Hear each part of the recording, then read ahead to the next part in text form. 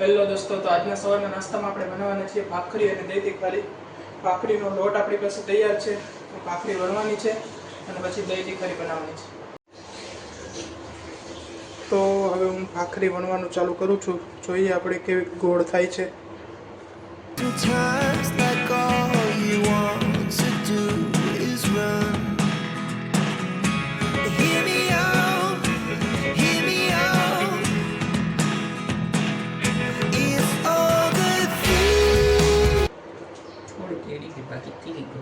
તો ભાઈ આવી ગોળ થઈ છે આપણાથી. તો પહેલી વારમાં કઈ હરખી ગોળ થાય નહીં. જોકે કાલ થઈ હતી પણ કાલ વિડીયો નહોતો બનાવ્યો એટલે સરખી થઈ ગઈ. કઈ વાંધો નહીં, ચાલશે. કાલ લાગશે હજી. હાલો, ભાખરી આટલી ગોળ તૈયાર છે, લંબગોળ ચાલશે. તો ભાખરી વણાઈ ગઈ છે. હવે સાથે પહેલાં આપણે દહીં તીખારી માટેનું મરચાં ને બધું સુધારી નાખીએ. તો આપણી પાસે થોડીક કોથમીર છે, લીમડાના પાન છે અને મરચું છે. કોથમીર અને મરચું આપણે પહેલાં સુધારીને રાખી દઈએ, પછી દહીં તીખારી બનાવીને સાથે ભાખરી બનાવી દઈએ.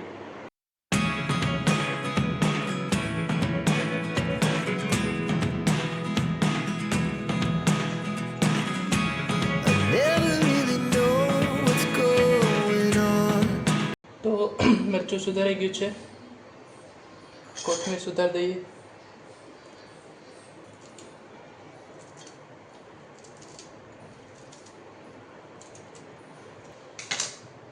હાલો, કોથમીર મરચું બધું રેડી છે. પહેલાં ભાખરી બનાવીએ, પછી દહીં તીખારી બનાવીએ.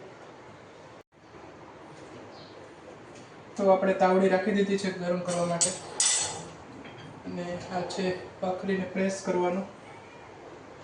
તો ગરમ થઈ જાય.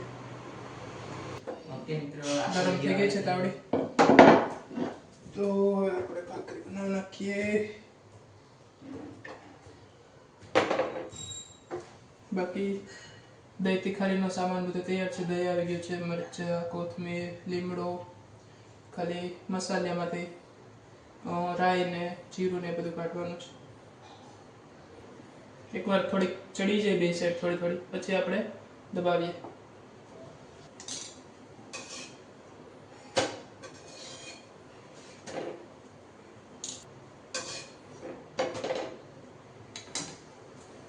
તો ચડી ગઈ છે આમ તો મસ્ત દબાવીને.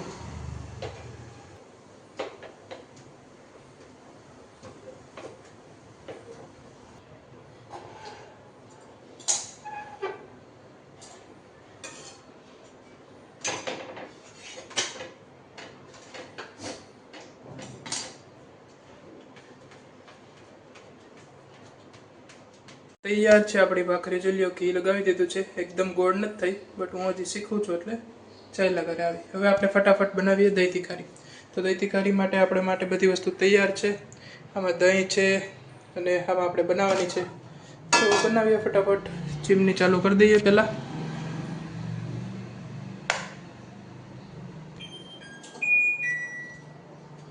તો ચીમની ચાલુ કરવા માટે 2 વાર આમ કરવાનું એટલે ચાલુ થઈ જાય. અત્યારે આ 3 ઉપર છે, તમને સરખું દેખાતું નહીં હોય. હજી એકવાર આમ કરીએ એટલે 2 ઉપર થઈ જાય. ટચ કરવાની જરૂર નહીં, ખાલી હાથના મૂવમેન્ટ ઉપરથી થઈ જાય.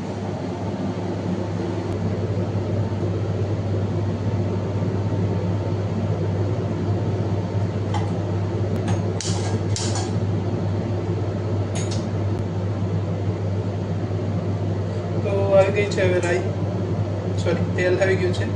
રાઈ નાખી દઈએ, જીરું નાખી દઈએ,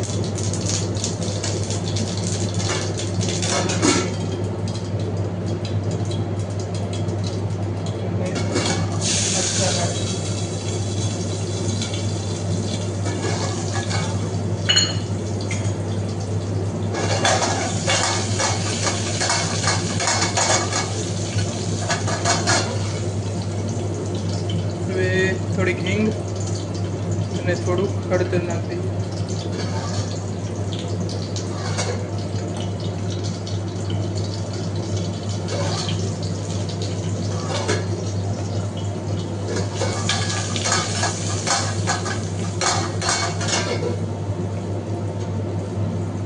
ઓકે, હિંગ હળદર આવી ગયું. હવે વઘાર થઈ જાય ચીમની આપણે બંધ કરી દઈએ.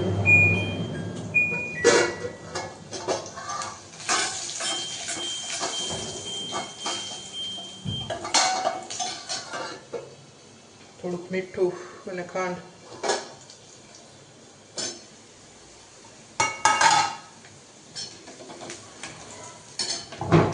મીઠું પહેલાં થોડુંક નાખી દઈએ. ક્યારે નાખવાની મને ખબર નથી, હું નાખ્યું છું ત્યારે. ગેસને કરી દઉં છું બંધ. ગેસ કરી દીધો છે બંધ. હવે ઉપરથી દહીં અને થોડીક એવી ખાંડ નાખી હલાવી દઈએ. તો આ છે આપણી પાસે દહીં. વઘાર થોડોક ઠંડો થઈ જાય પછી આપણે નાખી દઈએ દહીં, અથવા દહીંમાં તમે આ વઘાર નાખો તોય ચાલે, બાકી ગેસ બંધ કરી દો એટલે સરખું જ થઈ જાય. ઓકે, ખાંડ નાખી દઈએ અગર દહીં ખાવું હોય તો. અને હવે આપણે આને હલાવી દઈએ.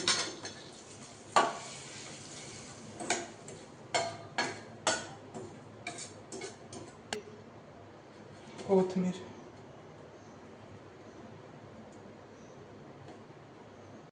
તો તૈયાર છે આપણી ભાખરી ને દહીં તીખારી. ઘણા લોકો દહીં તીખારીમાં મરચાંની જગ્યાએ ડુંગળી નાખતા હોય છે, ચટણી નાખતા હોય છે. એકવાર જુઓ તમે. આ છે આપણી ભાખરી. અહીંયા તૈયાર છે આપણી દહીં તીખારી. કરીએ મસ્ત નાસ્તો હવે. બાકી તમે કોમેન્ટ કરીને જણાવો કેવી બની છે.